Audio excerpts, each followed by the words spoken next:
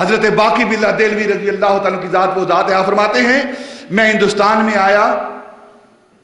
سفر کر کے اس تعبیر اپنے شیخ کی تعبیر پر میں ہندوستان آیا, آ کر دہلی کے اندر ڈیرا لگایا اور تھوڑے ہی عرصے کے بعد مجھے وہ خوبصورت پرندہ جو میرے منہ میں شکر ڈال رہا تھا وہ مجھے مل گیا حضرت امام ربانی رضی اللہ تعالیٰ کی صورت میں. اور اگر آپ مطالعہ کریں حضرت باقی باللہ دہلوی رضی اللہ تعالیٰ کی زندگی کا,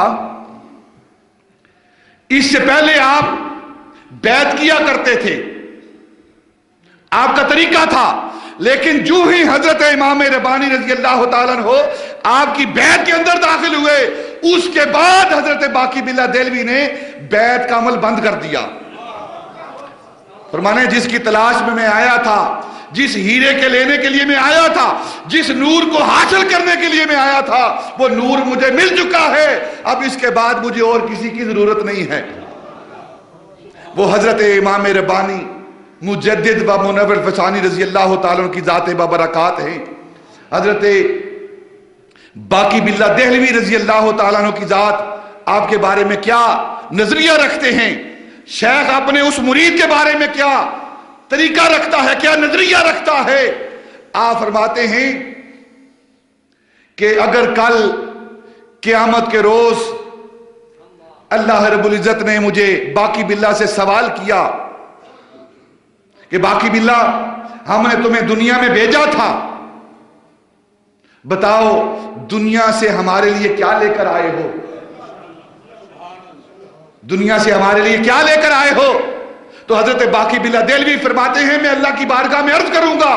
یا اللہ تو نے مجھے دنیا میں بھیجا تھا, دنیا میں اور تو کچھ نہیں کر سکا, میں حضرت امام ربانی کا بازو پکڑ کر اللہ کی بارگاہ میں پیش کروں گا یا اللہ تیرے لیے یہ لے کر آیا ہوں. یہ مجد الفسانی, یہ انسان تیرے لیے لے کر آیا ہوں جو میری توجہ کا مرکز بنا رہا ہے, اور جو ہیرا میں نے اس دنیا کے اندر تراشا ہے وہ تیری بارگاہ میں پیش کرتا ہوں. حضرت باقی باللہ دہلوی رضی اللہ تعالیٰ کی ذات وہ ذات ہیں. آپ فرماتے ہیں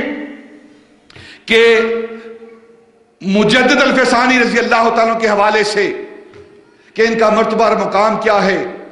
آپ اپنے خلفاء کو مکتوب لکھتے ہیں, خط لکھتے ہیں, اور خط میں لکھتے ہیں کہ چند روز ہوئے ہیں ایک شخص سرہند سے میرے پاس آیا ہے جو کثیر العلم ہے اور قوی العمل ہے, اور میں نے اس کی مجلس اختیار کی ہے. اس کی مجلس اختیار کرنے سے بہت سے راستے جو مجھ باقی باللہ پر مسدود تھے اس کی مجلس کی برکت سے اللہ رب العزت نے وہ راستے کھول دیے ہیں. یہ شیخ کہہ رہا ہے اپنے مرید کے بارے میں, اور پھر فرماتے ہیں کہ اس کا مرتبہ اور مقام کیا ہے کہ شیخ احمد ایک ایسا آفتاب ہے جس کے اندر باقی باللہ جیسے ہزاروں ستارے گم ہیں,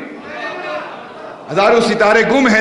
جس کے اندر وہ شیخ احمد سرہندی ایسا آفتاب ہیں باقی باللہ جیسے ستارے جس کے اندر گم ہیں.